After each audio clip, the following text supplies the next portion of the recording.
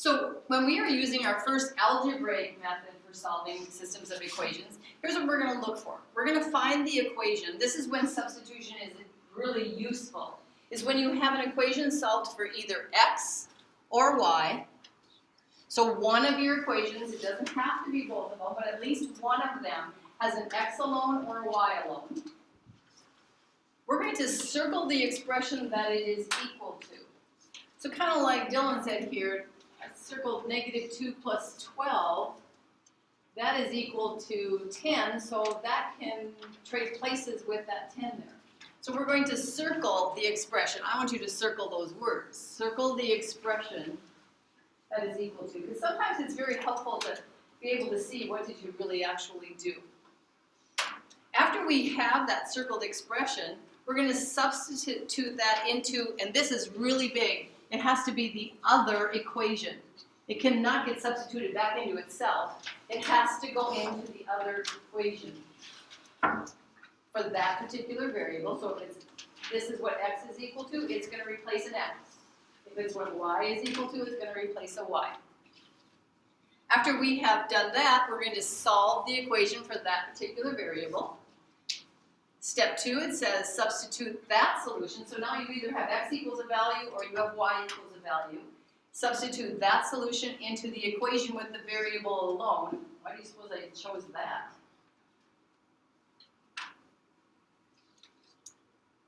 Well, I think we'll see. And then we're going to put the solutions for x and y into an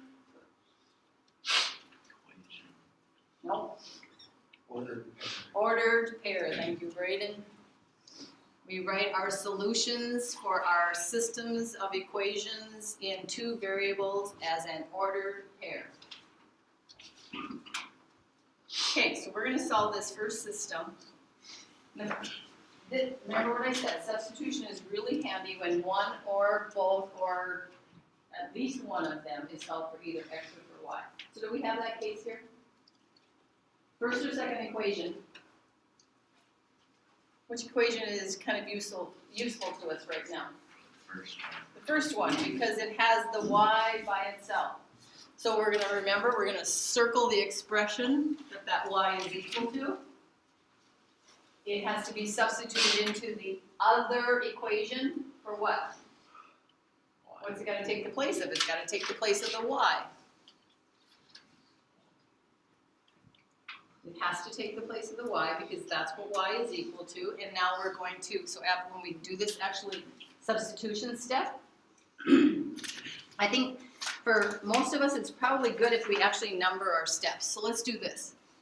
Step number 1, substitute into the other equation. Well, let's just write that equation down first. So not the one that has the circled expression in it, but the one that has the circled variable in it. We're going to substitute into that one. So let's, first of all, though, change this to add a -4 instead of subtract 4, because it'll help us be more successful. And then we're going to substitute in, for that y, we're going to substitute in that circled expression, because remember, these two equations are working together. And now notice something about that equation. Does it have both the variables? No, it only has what? It only has x's, right? So should we be able to solve it now then? Do we know how to solve an equation for one variable? Yeah, we do. Okay, so let's do it. Well, we can't even start solving this one until we do what? What do we have to do first? Simplify it. This x plus, but there's this -4 times that addition problem in parentheses, so we need to do some simplifying, some distributive property first. So we're going to bring our x and our plus down, and now we're going to multiply. That -4 times both of those terms in the parentheses. -4 times -x. 4x. Bring down the plus sign that's in the parentheses. -4 times 5. -20. So we haven't even started solving yet. All we've done is substitute in and simplify. But are we done simplifying? No, because why not, Joe? Because there's two x's still. We still have two terms that have x's in them, so what can we do with those? Add them together. Put them together, and what do we have? 5x. 5x.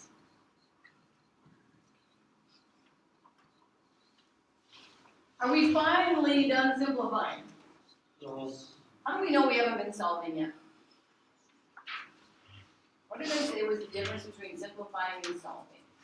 Tell me. Because when you solve, there's the variables on one side and the regular integers are on the other side. Well, sometimes, but not always. How do we know when we're solving? What do we have to do to solve equations? It's just like a rule that you have to make sure you do to keep the equation balanced. What do you have to do? Mara? Inverse operations, in other words, you have to do the same, whatever inverse operation you do, you have to do it on both sides of the equation. Have we done anything yet? Whatever we did on one side, we did exactly the same thing on the other. No. Is there anything else that we can do that we won't have to do to both sides? The question is there any more simplifying to do? No. No, no more distributive property, no more like terms. We are finally ready to solve, and so we say, okay, what's going to be our first move? Add 20.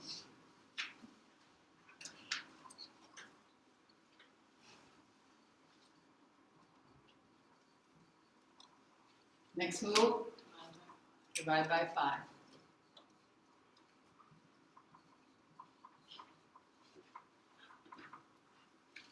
Our x is equal to 6. Okay, one reason we're circling that is so it doesn't get lost. And now we're going to move on to step 2. Where is step 2? What does it tell us to do? Substitute that solution into the equation with the variable. Okay, so substitute that into the equation with the variable alone. By the way, that is not a hard and set rule. It's just I'm trying to make your life easier.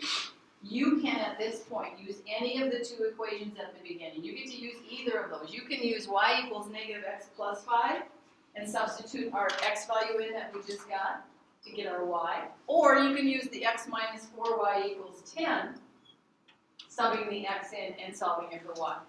Which one should be the least amount of work? Since we're looking for y, it makes more sense to use the one that says, here's how you're going to get the y. You're going to take the opposite of the x and add 5. So write the equation down without settling in. Write it down. And if anybody worked ahead and used the other one, you know what? We shall get the same y value. So y equals the opposite of, now I'll substitute my 6 in and simplify, basically is what we're doing because the y is already on one side by itself. So we have y equals, what's the opposite of 6? Negative 6. So we really have negative 6 plus 5 here, right? Yeah. What is that? Negative 1. Let's circle that too. Step 3 says do what? These solutions for x and y into an ordered pair. Right? Your answer as an ordered pair. So our answer is 6 negative 1. 6 negative 1. And the 6 is first because why? The x value. Not because it's the first one we solved for, but because it's the x value, and the x value comes first in the ordered pair. Okay. In your homework, it will say in the problems when you're reading the directions. Yeah, you guys read the directions, right? Yes. When you're reading the directions, it will tell you to check your answer. I will let you off the hook for checking your answers today. Okay? Just get them solved. Okay, you're welcome, Joe. Anybody have any questions about this one? Okay, let's go back then. Okay. Don't do step 1 yet, but do what you think I'm probably going to wait on you to do. What did we do first last time?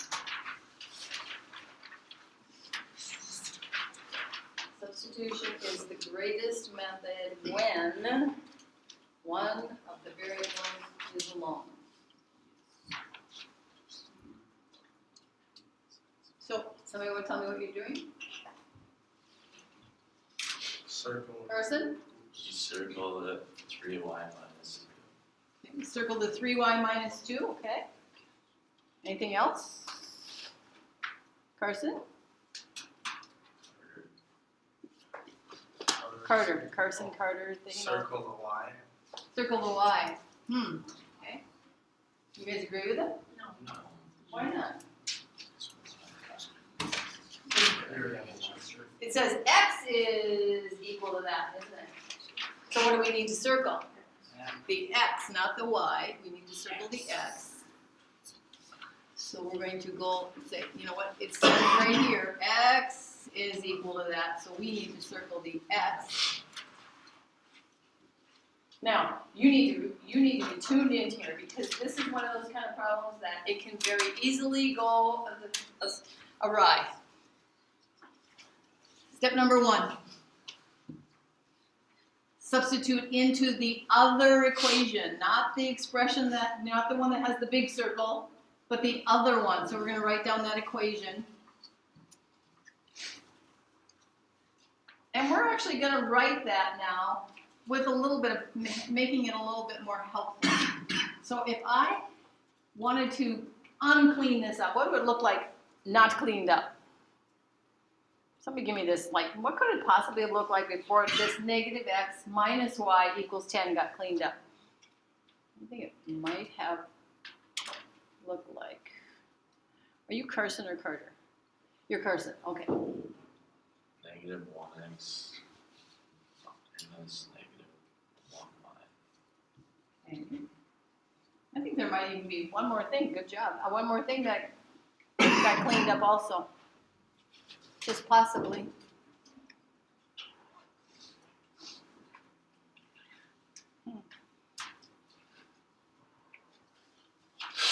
Add the opposite. Let's write it like that. This is, just do it. It's going to save you getting wrong answers tomorrow when you're correcting. You're like, thought I did it right. Negative 1x plus negative 1y equals 10 is the same as negative x minus y equals 10. In substitution, change subtraction to add the opposite. And the only other thing we did is insert ones, those implied invisible ones. Okay, now what are we going to circle? What's going in for what? 3y minus 2 is Yeah, remember it's going in for x. Maybe you need to do that. So we're going to say negative 1, and we're going to substitute in for that x. We're going to put in 3y subtract 2. Oh, I'm thinking that that might be a really great place also to do a plus and add the opposite, plus a negative. Instead of 3y minus 2, let's make it 3y plus a negative 2. And then everything else in the equation, notice, is staying the same. The only thing that changed is that x got replaced with the 3y minus 2, renamed as 3y plus a negative 2. Okay? Go ahead, get that equation simplified. Get that equation simplified. And tell me what its simplified name is before we start to solve it, please.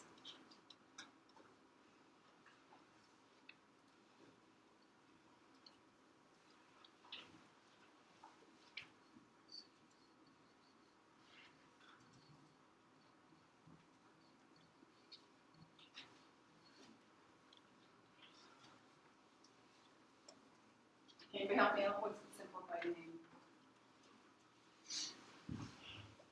negative 3y plus 2 minus 1y equals 10. Okay, I'm convinced it can be simplified even more. I want to be ready to solve.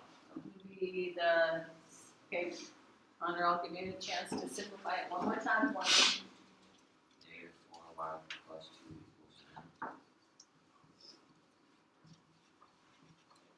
So in other words, these guys are like terms. And a negative 3 plus a negative 1 is a negative 4. And they're y's. Y's added to y's stay y's. Okay, now is it ready to solve? Yes. Yes, okay. Notice, are we solving for x first this time? No. Do we have to? No. No.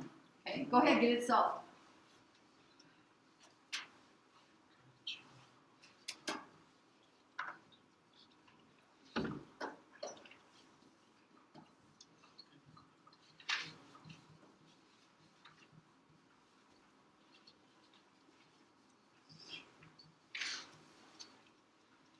Okay, y equals -2. Anybody in here want to agree with me? Give me a thumbs up.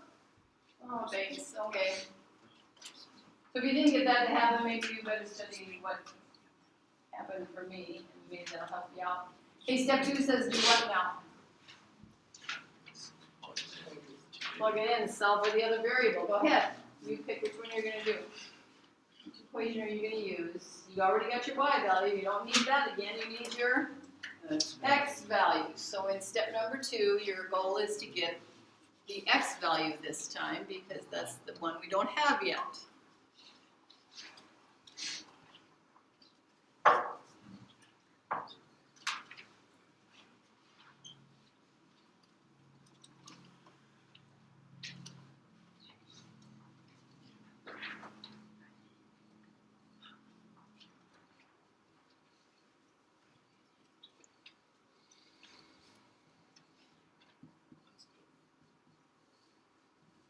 I have my x value. What did you get? I got the same thing. Yes. Anybody use the other equation? Oh, what would happen if we did? What if we use that one? Negative x, the opposite of x, take away y equals 10. Would we get the same thing? Should we get the same thing? Yes. Absolutely. No one used that one? Okay, well, you didn't have to. Okay. And step number 3 says? Ordered pair. Ordered pair. Ordered pair -2, -8. No. What? X goes first. Yeah. X goes first. Yeah, LeGrand. Okay. Just because we solve for y first doesn't mean y gets to go first. The x value has to be first, followed by the Why? y value. Okay. Tell me something about the lines of these two equations. What would happen? Negative. They're negative. What does that mean? They fall. They fall From left to right. Oh, they're both falling from left to right? How do you know? Because that's what negative is. Well, how do you know that they're negative? Because it's a negative sign. The slope is. If you find How do you know the slope is negative? Because there's a negative sign. Huh. Because that's negative. Negative 2. So what is the slope of the first equation? Negative 1. -1. What's the slope of the second equation? Positive. Negative. -1 First. also. Huh. Well, I'm starting to think if they both have so this one you think might be a positive one? This one's a negative one, that one maybe is a positive one?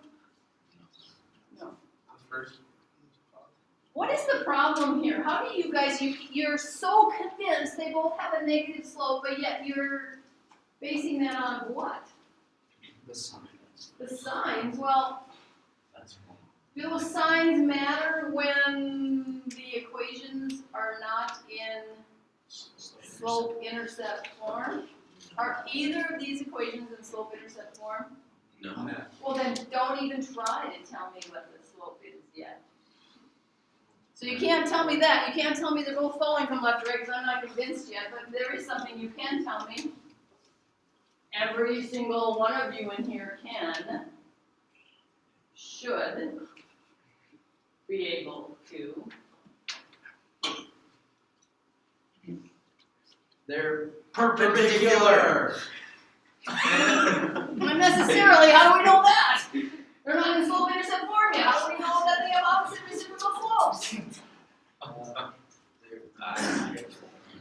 They cross. They cross at 8, negative 8, negative 2. oh my gosh, that negative 2. Yeah. They cross at ordered pair -8, -2. What quadrant is that in? The 3. 3. This is 1, this is 2, this is 3, Three. this is 4. 3. -8, -2, somewhere about right there. Yay. That's really the only thing you guys can tell me right now, sorry. Okay. The sum of two numbers is 75. How many numbers add up to 75? Especially one that doesn't say integers. How many are there? Infinite amount of them. Okay, but wait a minute, there's another restriction. The second number is 3 less than twice the first. What are the two numbers? Well, what do you suppose I'm going to say we better do first? Set up an equation. No. Oh, name X and Y. X is, Y is, and you don't have to know the magical numbers yet. X is going to represent, what are we looking for? First and second number. First and second number, that's how they're described in there. They say the second number is 3 less than twice the first, and if we knew what those were, life would be great, but we don't know that. So X is going to be the what, the first or the second? First. First, okay. And then that makes Y the Second. second. Okay. Is this important? Absolutely it is. Are you going to get a stamp tomorrow without this? No. Good answer. Okay. Now we will write equations. Give me one equation that might work for this. The sum of the numbers is 75. Oh, I've called on these three already today. Come on, the rest of you, it's time to step up to the plate. The sum of the numbers is 75. This is the easy one, come on. Okay, Mara, help them out. X plus Y equals 75. X plus Y, the sum of the numbers is 75. That was the easiest of the two. Now let's try the other one. Maybe the other one's easier, I don't know. The second number is 3 less than twice the first.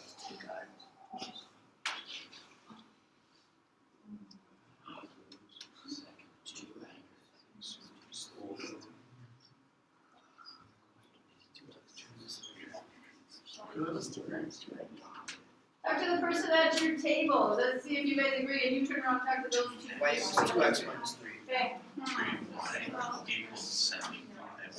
It still needs to equal something.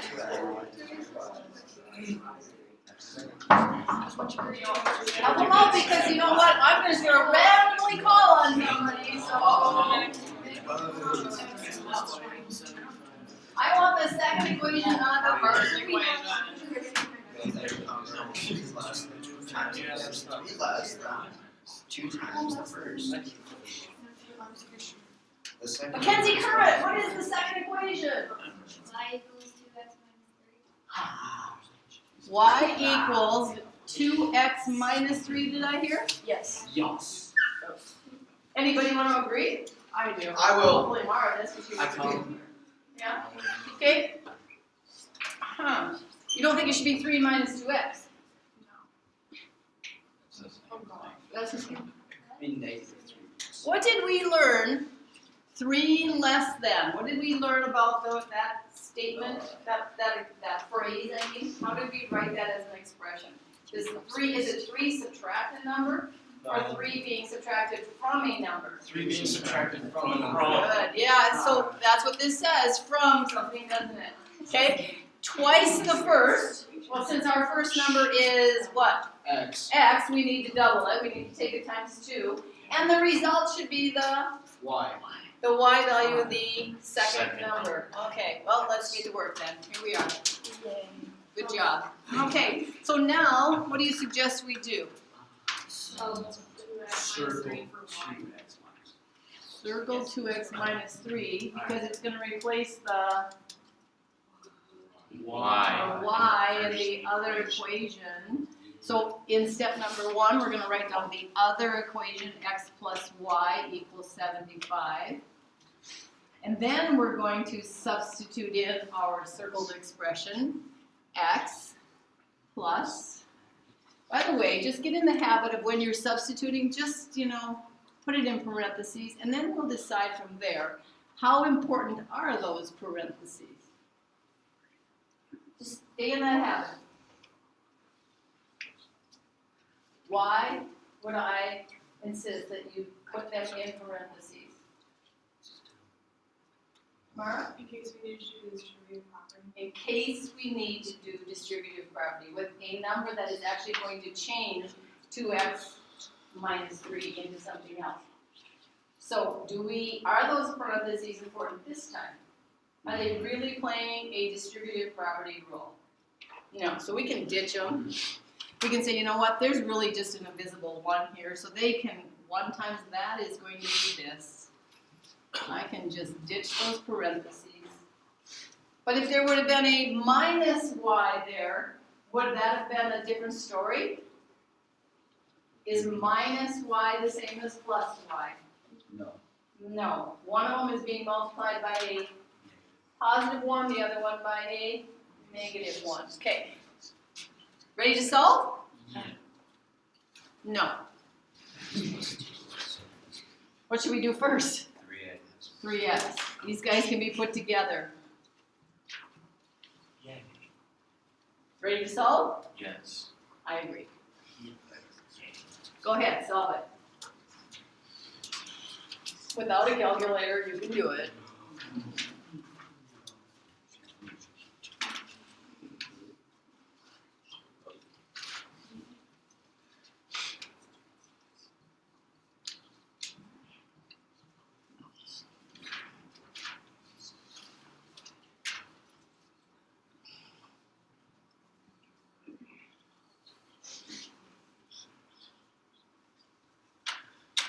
Thumbs up if you agree with me. Don't be too, hasty to agree with me. I only got 3 hours of sleep last night. My daddy's in the hospital again, and I got called up to the hospital. Okay, so I did all right on my little amount of sleep. Okay, well then I'm moving on to step 2. You go move on to step 2 when you're ready.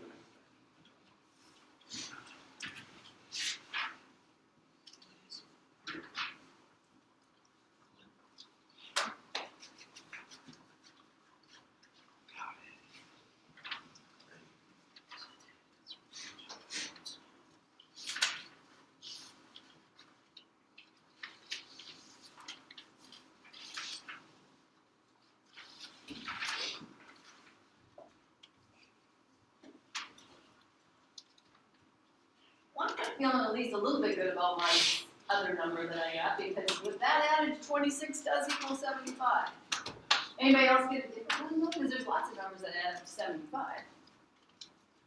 Which number should be bigger, the first number or the second number? Anybody have any idea? Second The second. Oh, the second number should be why? Because it turned out to be that way?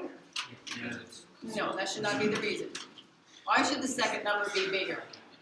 X is multiplying twice. And we're multiplying twice, 2 times the first right away, and we're doubling the first, and then we're just taking 3 meager units away. So I'm thinking, yeah, the y value of the second number should be larger, and ours turned out that way. But instead of writing an ordered pair, no, not this time. Step 3, we describe what we just found. What did we just find? The 2 numbers. The first number. The X and first Y. number is 26. 26. And the second, no abbreviating going on. And the second number is 49.